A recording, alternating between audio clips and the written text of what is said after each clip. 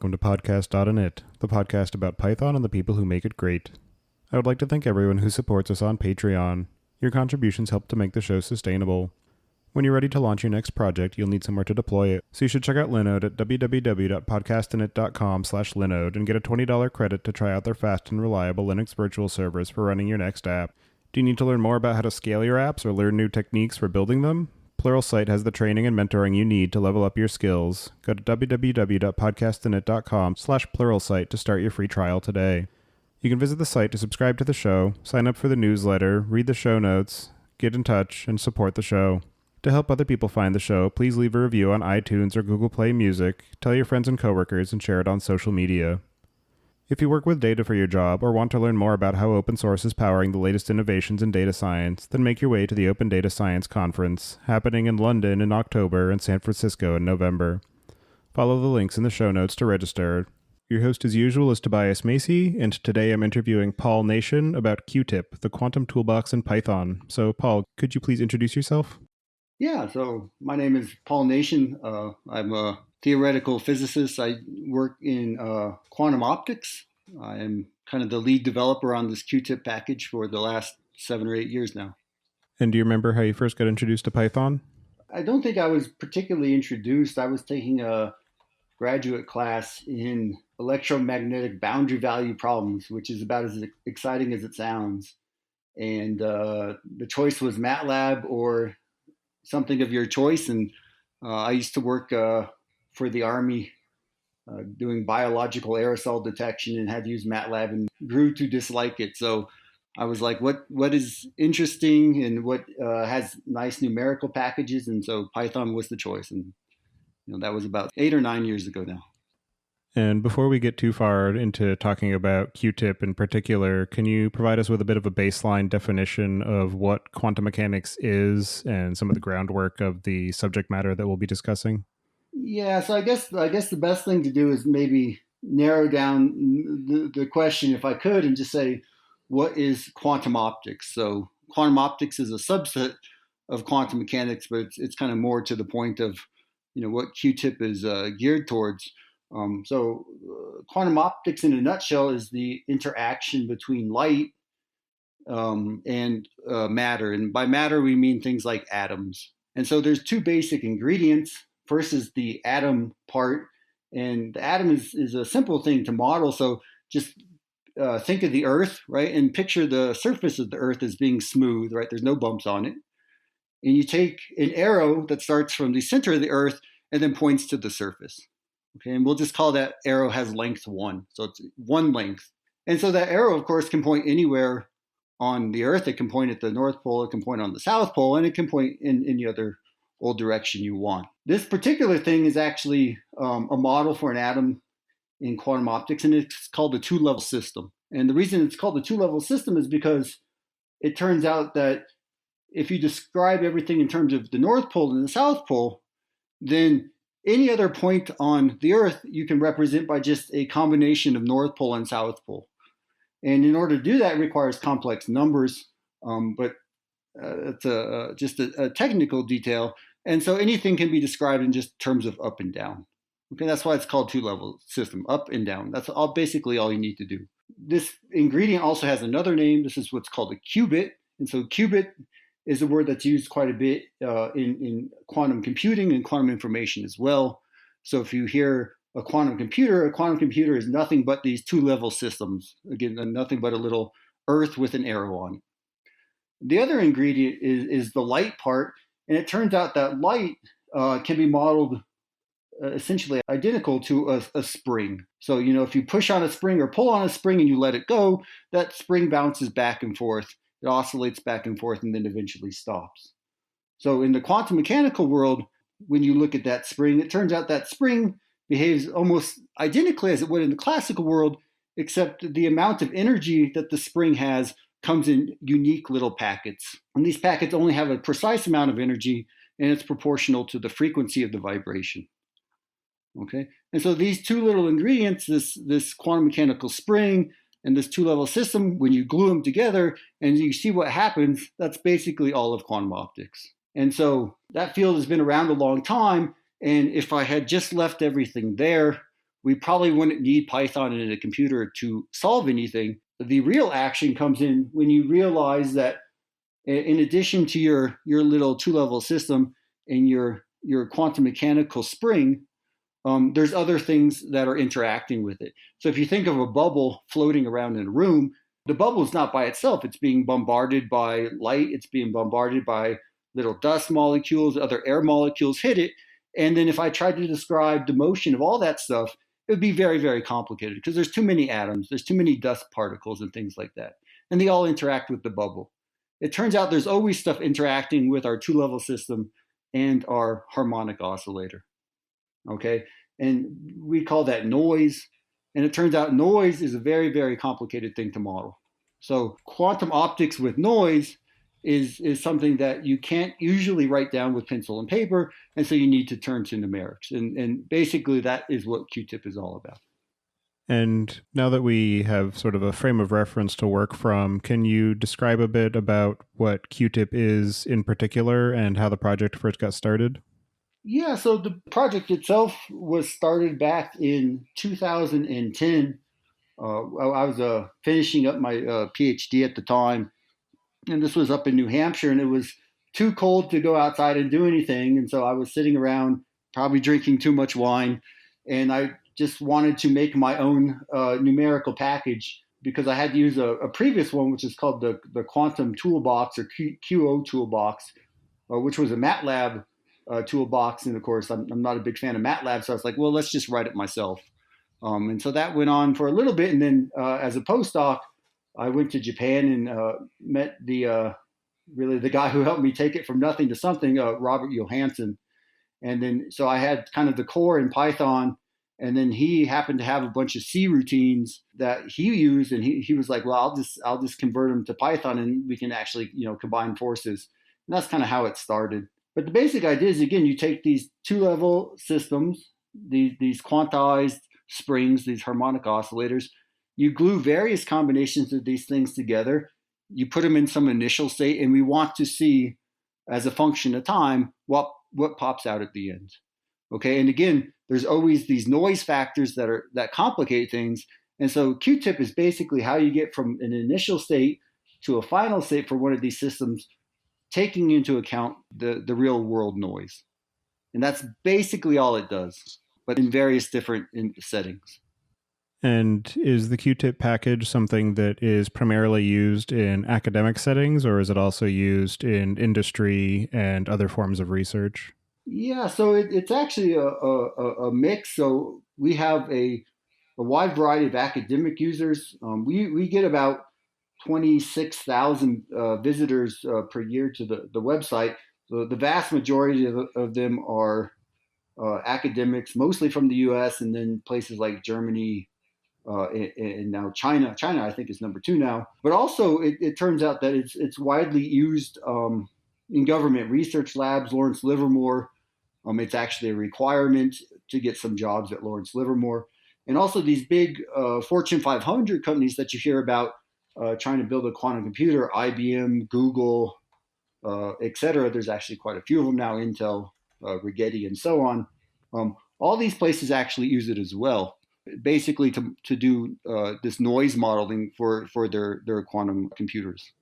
And so quantum computing is definitely something that a lot of people are at least tangentially aware of, if not, heavily interested in. And are there any other sort of practical use cases for our understanding of quantum optics and the simulations that QuTiP is able to facilitate?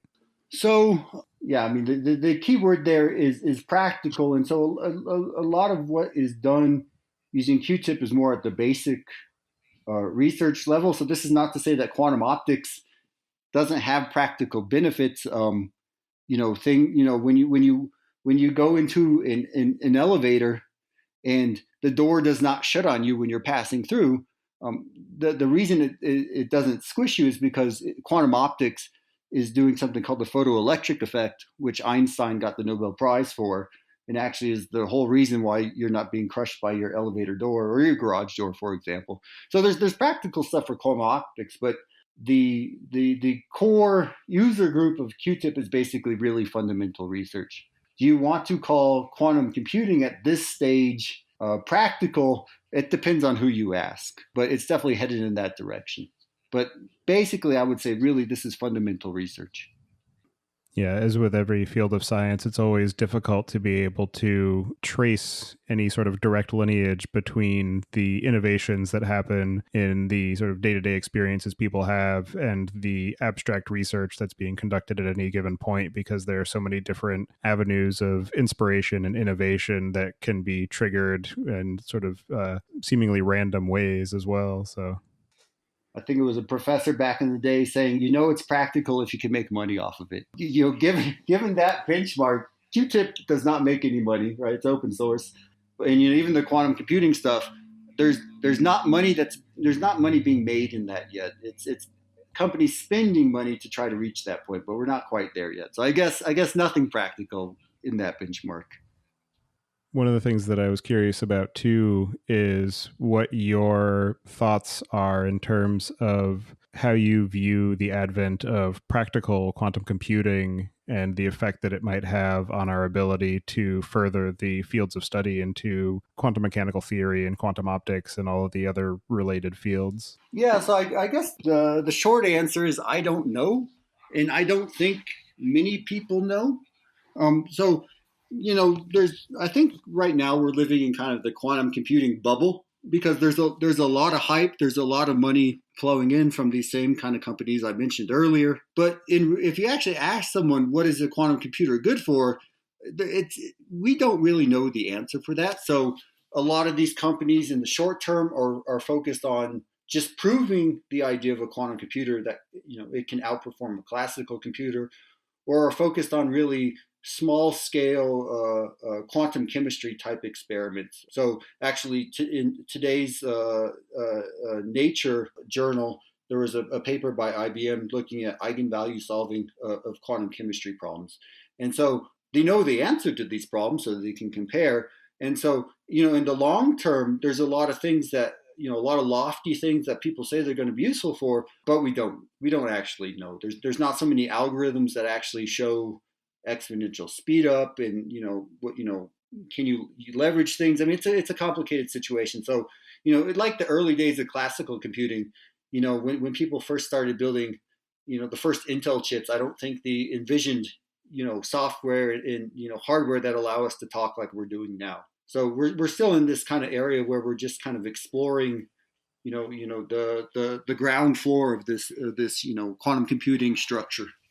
It will be interesting to see the impacts that it has on the ways in which we interact with computation, and if there are any sort of benefits that can be gained in terms of computational algorithms that are currently impractical simply due to the limits of our computational ability, and what that might mean. I know that one of the areas of concern is the effect that it'll have on the field of cryptography, and so there are already people who are doing research into new algorithms that will be resistant to the capabilities of quantum computation. But as you said, a lot of that is purely speculative because we don't actually know what the concrete capabilities of a fully operational quantum computer are beyond some of the initial experimental tests that we've done with, I believe that most that has been done is something on the order of like 3 to 5 qubits of information contained within a quantum computer. Yeah, these, I think recently, IBM has their little, you can play with their, was it 16 qubit version. I think that's in the last month or two that was put online. So anyone can actually play with that for free. That's the IBM Quantum Experience. And there's competitor, Google is going to do the same thing. They're kind of closed as to when that's actually going to happen, but they're going to have an online thing as well that I'm sure to some extent will be free to play with. There's another Rigetti Quantum Computing, which is a startup-based one. They also have, I think, an 8-qubit thing. I'm not sure if you can play with it or not, but we're starting to get up there. And Google, I'm guessing IBM as well. They're kind of the two major players. Are trying to prove what's called quantum supremacy by showing that if you have 50 qubits, you can do things that a classical computer could not, just because storing 50 qubits takes some outrageous number of petabytes of memory if you actually wanted to store it. So we're actually seeing some progress, but if the next question would be, okay, how many qubits and things do you need to actually do something interesting? and then that becomes a more difficult question. Bringing it back to QuTiP, given the inherent complexity of the subject matter that you're dealing with and the forms of the computation that are necessary, how do you approach the challenge of trying to encapsulate all of that into a usable API that people who are trying to use QuTiP will be able to still perform all of the different kinds of manipulation of information that they want to do, while also making it approachable for somebody who isn't necessarily as deeply familiar with the sort of the theory behind the computation? Yes, I mean that's kind of the goals of QuTiP are kind of have this open source computation ability to do these things that to some extent are technically challenging, but at the same time we really worked hard to try to, I don't want to say dumb it down, but I mean simplify, where you really don't need to know much beyond something that an undergraduate student would know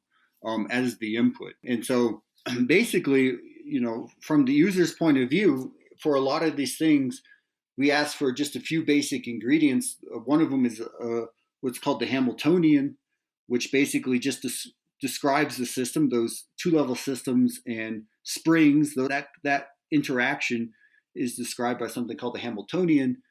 Some initial state, so you just your initial configuration. Some simple things that describe the noise, and then just some things that are kind of standard stuff if you need to solve ordinary differential equations.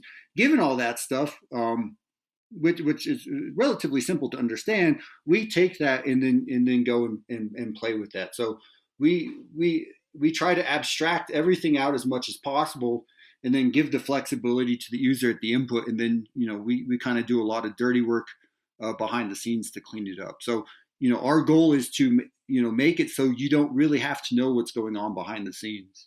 And we do some very complicated stuff, and unfortunately we haven't published a lot of it just due to lack of time and resources, but there's a lot of tricks that go on underneath, that are about efficiency and optimization and things like this. So not only is it easy to run, I mean, you're just passing Python things around, but internally, everything is running essentially using C++ or similar things.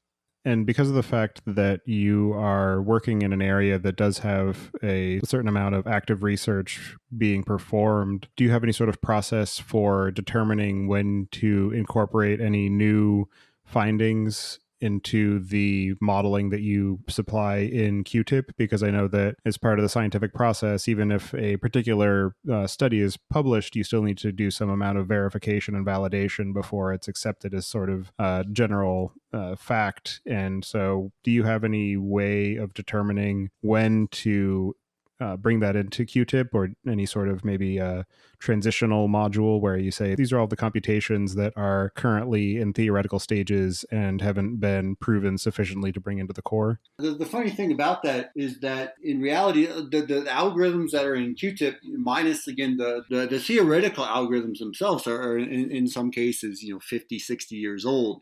How you take it from a theorist point of view to something that works well on a computer is a completely different story. So actually, a lot of the stuff are quite old techniques, but they're useful. The newer techniques, they tend to be not as useful in the fact that they're not very general. So there's a lot of powerful techniques that get around assumptions that people made, 30, 50 years ago. And do much more powerful analysis, but they're only good for a subset of problems. And so for newer algorithms, there is some concern about, is it actually valid? But the bigger concern is, what is the range of generality, and how do I take these very complex mathematical things and actually be able to solve it efficiently? And there's a lot of constraints on solving quantum mechanical problems on a classical computer that constrain what you can do, in your programming techniques. And how have you architected QuTiP in order to be able to allow for that flexibility and evolution of the algorithms and the computational aspects of the program? Well, so we kind of have a core not module, class. It's called a quantum object, a Q object. And so that's kind of the basic structure. And that really hasn't changed over the last 7 years. And so basically everything we try to do is handle sparse matrices, because the objects you get for quantum mechanics are sparse, and the larger they get, the sparser they get. So everything is really manipulating sparse matrices. And so this quantum object class is basically just a class where the data is represented by a sparse object. There's a lot of other attributes that describe various quantum mechanical things that you might be interested in, and of course a lot of methods for working on those. And so just given those generic objects, we use those and pass those around even to our new functions. Internally, internally we do a lot of different stuff with the sparse matrices. We've improved that. We don't even use SciPy or anything like that. We have our own sparse stuff these days. But really, we just pass around these quantum objects, and then everything can kind of be derived from those. And for people who are using QuTiP for doing their analysis and research, is it primarily space and data bound, or primarily CPU bound in terms of the limitations that they reach when trying to work with the information that they're processing? Yeah, so, well, it's kind of a combination. So Richard Feynman, who had a Nobel Prize in physics, he was kind of the first to point out that if you try to simulate a quantum system on a classical computer, the amount of resources you need, and by resources, this is memory and time, these tend to blow up exponentially. And so it turns out that actually being able to simulate quantum systems, you're actually limited to a very narrow window of what you can actually simulate. Fortunately, it turns out to be an important window for research, or things like quantum computing. And so, like I said, everything is essentially sparse matrices, and so at least we're not storing a bunch of zeros, so that's a good thing. But let's say we haven't reached the point where our memory is exponentially exploding yet, so we have something we can fit on, let's say, 64 gigabytes of memory or something like that. When you deal with sparse matrices, it turns out that, first of all, many things are only serial in nature. I can't do parallel algorithms on a lot of the stuff. And it turns out, even if I do, we do this in QuTiP, it turns out that the most important operation, which is just a sparse matrix times a dense vector, that operation is limited by memory bandwidth. And so it turns out that, even if you have 32 cores or something like this, it turns out that as your system size grows, basically, at least for the kernel that we use in QuTiP to do the operation, only about 1.5 CPUs is actually useful. Because you're essentially saturated your memory bandwidth. So there's a lot of stuff in there, but memory is the main one, but time is also a major one, because again, we can't take advantage of a lot of parallel stuff. And so you touched upon a lot of the sort of resource limitations that you run up against when trying to be able to simulate these complex systems of quantum mechanical interactions. Are there any other aspects of performing that simulation that are difficult given the sort of nature and architecture of our current computational capabilities? Let's see here.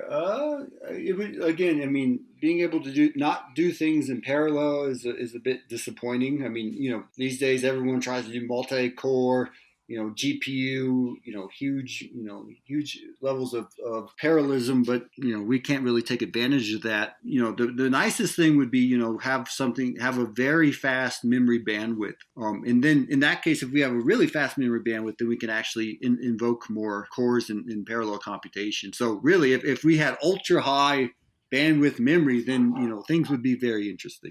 And so given the fact that you're limited so much by that memory bandwidth, it seems like even using something like Dask to break up the computation across multiple instances wouldn't really be much of a benefit, because you still have issues with how fast that information can be passed back and forth between the different portions of the computation. Yeah, I mean, we're kind of a ragtag team of people. None of us really have access to like a big cluster, for example. So, I've never personally tried to do things where I distribute things around and see what happens. There are examples of people who do similar stuff. There's a Python thing called Project Q. The Q is, of course, for quantum, where they took a variant of that and did a big distributed classical simulation of some quantum computing stuff, and kind of pushed the limits. I think it was like 2.5 petabytes of memory they needed to do that. In that case, they're a bit more specialized, and so they can do a bit more optimization than we can. We're a bit more generic. That's kind of an open question, but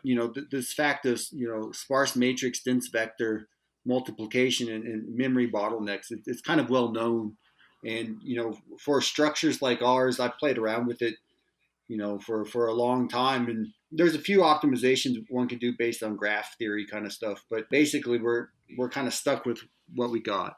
So it sounds like you're a fairly busy person in general, and not everybody has the capability of being able to spend time working on open source projects. So what is it about QuTiP that you enjoy enough for you to keep spending time on it and contributing to it? And conversely, what are some of the aspects of it that you least enjoy? Well, I'm a busy guy, but unfortunately, I don't actually have the time. So I'm not in academics anymore, and so really, QuTiP I can only do kind of at night when my wife and kid go to sleep. And so for the past year or two, I've been able to get quite a bit done, but really, it's just kind of a labor of love kind of thing. I've been doing this for so long; it's kind of my baby, and there's a lot of people who find advantage in using it, and it's able to help people.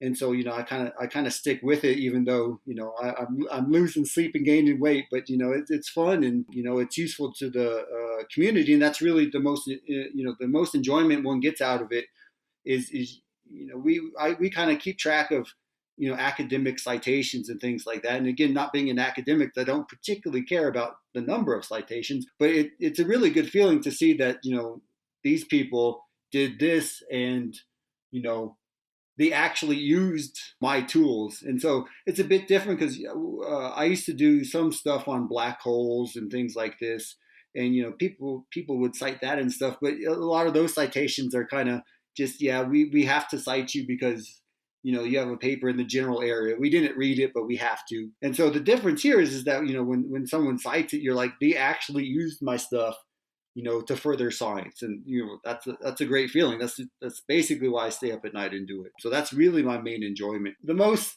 difficult things to deal with, I guess there are two. So the first one is documentation. Documentation is a painful experience, especially when you just got done with something. It took forever, you debugged it, then you have to go and write the documentation. Now, in itself, that would be okay, but you spend a lot of time writing documentation. I think we have something like 300 pages of documentation, 200, 300, somewhere in there. And then you spend all that time, and then no one bothers to read it. And so, we have a little Google Help group, and 9 out of 10 questions are something that could have been found in the documentation. So that's kind of a painful thing. I think it's a bit more painful than bug hunting, but it depends on when you ask me. And then the other thing, and it's related to the having only an hour of time on QuTiP, is whether it's in academics or outside of academics, actually being able to secure funding or resources to actually do this project is just has been a not joyous thing to deal with. So we've had some success, and again, it's used by a lot of people, it's been cited by a lot of people, but actually getting funding or other things to actually do the work, people are very hesitant to do it. And there's a lot of reasons why, and it's boring to talk about them. But actually being able to, there's postdocs and people like that who, of course, contribute stuff. About a handful of them, and I've always had some thought if it would be nice to be able to give these people something like a 3-month salary to polish off some ideas that go in QuTiP and things like this. But, again, that's a very difficult thing. And of course, we're not the only open source project that has problems finding resources. I think everyone does. But, it's a bit of a drag sometimes. And is QuTiP something that you still use in your day-to-day work, or is it purely just something that you work on outside of work and outside of sort of daytime hours, purely because of your ongoing association with it and your desire to see it move forward? So I currently I work for a company that does work. It does work on quantum computing. I won't say the name. If someone's interested, they can find out the name. Um, but we do use QuTiP related things, and so I still do use it in my day to day stuff. But the development of that is orthogonal. So again, the development is me just at night doing it. The stuff I use at work, the relevant aspects of that are stuff that was developed like 5 or 6 years ago. The new stuff is really just the labor of love. How do I optimize improvements? What new stuff can I add now that I'm a bit smarter than I was, 7 years ago, kind of stuff. And you mentioned that there have been at least a certain number of citations of QuTiP in published research papers. So what are some of the most notable results and studies that you're aware of which have used QuTiP as part of their toolchain? Yeah, so I think we're up to 300 plus citations at the moment. So there's a lot of different things, and I guess it'd be easy to just go back and look and see who's in Nature and who's in Science. But I guess two of them, I guess I can think of off the top of my head. There's one from the group of Peter Zoller, who's out in Germany. It's a bit technical what they did, but basically what they did is they showed that you can transmit information from one place to another in the microwave frequency domain, and that transmission is perfect even if there's noise. And again, it's a technical thing, but the nice thing I like about this is they use QuTiP, that's nice, but it's also something that is very important and also conceptually easy to understand, so I can understand it. The nice thing about this is that in the microwave regime, this is where people think about doing quantum computing. And so what the result would mean is I can transfer information from one quantum computer over here to another one over here without any loss of information.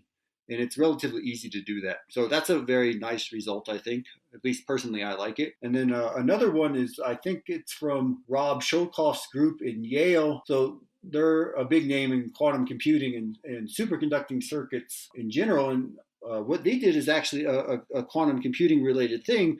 But instead of using these qubits that I mentioned kind of at the beginning of our talk, they actually use the other part, the springs, the harmonic oscillators. They actually take those and manipulate them to look like the two-level systems.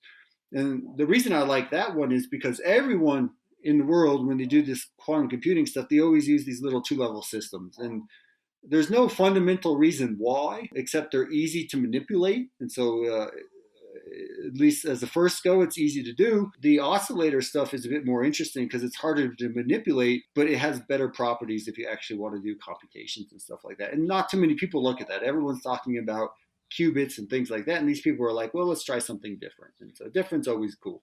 Yeah, it's definitely easy to sort of get lost in the fields of research that people are doing when you start getting to the purely theoretical aspects of our understanding of the physical world around us. And I personally have had a long interest in quantum mechanical theory and a lot of the sort of esoteric aspects of the research that we're doing in physics and chemistry. So I'm sure that if I were to actually start going through the list of citations, I'd probably end up finding myself down a huge rabbit hole with a lot of time invested in it, but definitely interesting sounding stuff. For anybody who's interested in finding out more about quantum mechanical theory or just improving their baseline understanding of some of the stuff we've been talking about today, are there any particular resources that you can recommend, either at the intro or sort of intermediate level?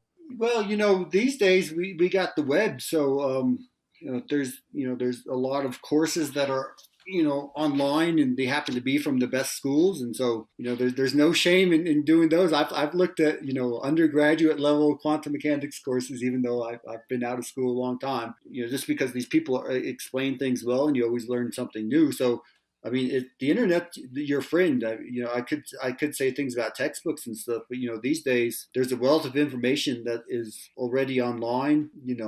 How these things get done on a computer. We have, like I said, 200 pages of documentation. So the internet's your friend. If you look up, quantum optics, you'll get a bunch of lectures and stuff like that, and they're usually pretty good. And then, if something sparks your interest, you can always go from there. Great. Are there any other aspects of QuTiP or quantum optics or anything else that you think we should discuss before we start to close out the show? I mean, I think we covered the bulk of it. We can always go down various rabbit holes where things get technical, but we'll save that for another day. Okay. Well, for anybody who wants to get in touch with you and follow the work that you're doing and QuTiP itself, I'll have you add your preferred contact information to the show notes. And with that, I'll move us on to the picks. And so for my pick this week, I guess I'll choose the edX.org platform. So as you mentioned, having the internet available for learning and educating ourselves is definitely a valuable thing. And edX.org is an organization that I actually work fairly closely with in my day-to-day because I'm at MIT and run the Open edX platform for residential courses. And it's definitely a great platform with a lot of wonderful information. MIT actually publishes a lot of their courses on edX.org for people to take free of charge, or if you want to pay a little bit, you can get a certificate of completion to show that you actually learned some stuff there. So for anybody who does want to learn more about quantum mechanics or just about anything else, I think edX is a good place to start. And so with that, I'll pass it to you, Paul. Do you have any picks for us? Oh, I'm sure I do. We're talking about Python, so I have to give a shout out to Cython. QuTiP would be nothing without Cython. I can't say enough about it. It's awesome stuff. Highly recommend it. Also, Matplotlib. When I started doing MATLAB, you export a figure, you have to go and edit the EPS file by hand. So Matplotlib is definitely the way to go. And then I guess last one, I'll just say if you're ever in the Colorado area, Colorado Springs, the Cheyenne Mountain Zoo, if you have kids do their giraffe feeding, you'll definitely be rewarded. All right. That sounds like a lot of fun. Well, I appreciate you taking the time out of your day and time away from QuTiP to share your story of working on it and some of the background of why you got involved in it in the first place and some of the things that it's being used for. So I appreciate your time, and I hope you enjoy the rest of your evening. The pleasure was all mine, man. Have a good evening.